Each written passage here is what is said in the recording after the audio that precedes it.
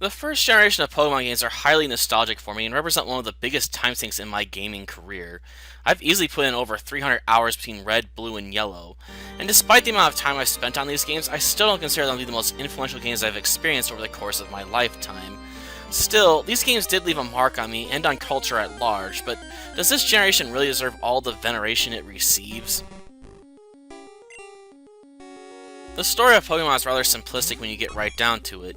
You're a young trainer that wishes to be the best there ever was, like no one ever was before. And to prove yourself worthy of that title, you're going to go on a long and arduous journey to collect 8 gym badges in order to challenge the Elite Four.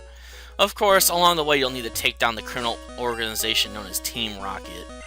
Though what really bugs me about this game isn't the simplistic nature of the narrative, but the wasted opportunities presented by a few snippets of dialogue in the Pokemon Tower in Lavender Town. Seriously, if white magic exists in the Pokemon universe, then where are all the witches and wizards that utilize black magic?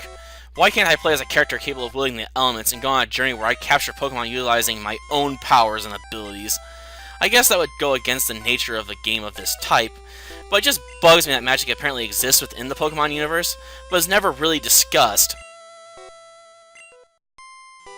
At the heart of this game of random encounters is a massive game of rock, paper, scissors that utilizes 15 different types. Each Pokemon can have 1 or 2 types, and these combinations can make the Pokemon in question highly weak or resistant to certain types of moves. Despite the amount of types available in this game, the basic gist of the system is easy to pick up. Sadly, the system isn't balanced as well as I'd like though. Psychic Pokemon in this generation are almost an unstoppable force. While Psychic types are weak to Bug and Ghost type attacks, this weakness is easily countered by the fact that most of the Pokemon that learn Bug and Ghost type moves are also weak to Psychic type attacks. It gets even worse when you consider that there are no powerful Bug type moves in this generation. On a more positive note, the game limits each Pokemon to only knowing 4 techniques at any given point in time. This adds a sense of strategy to the game since you have to consider the advantages any given move might offer you. Will you stick with a powerful attack in order to deal out massive damage? Or utilize TMs in order to grant your monsters attacks that can use as countermeasures against Pokemon that have a type advantage over them? Will you utilize moves that decrease an opponent's stats or inflict upon them negative stats effects?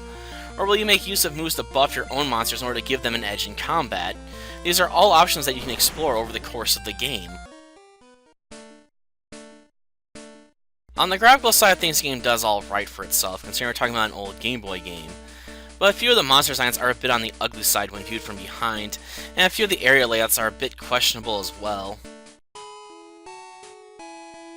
Considering the limitations of the Game Boy, the soundtrack is probably pretty decent, but it isn't anything I'd want to listen to by itself. In fact, I usually play these games with the sound turned off. Don't take this review the wrong way. I'm not trying to say that Pokemon Red, Blue, and Yellow are bad games that are undeserving of a legacy.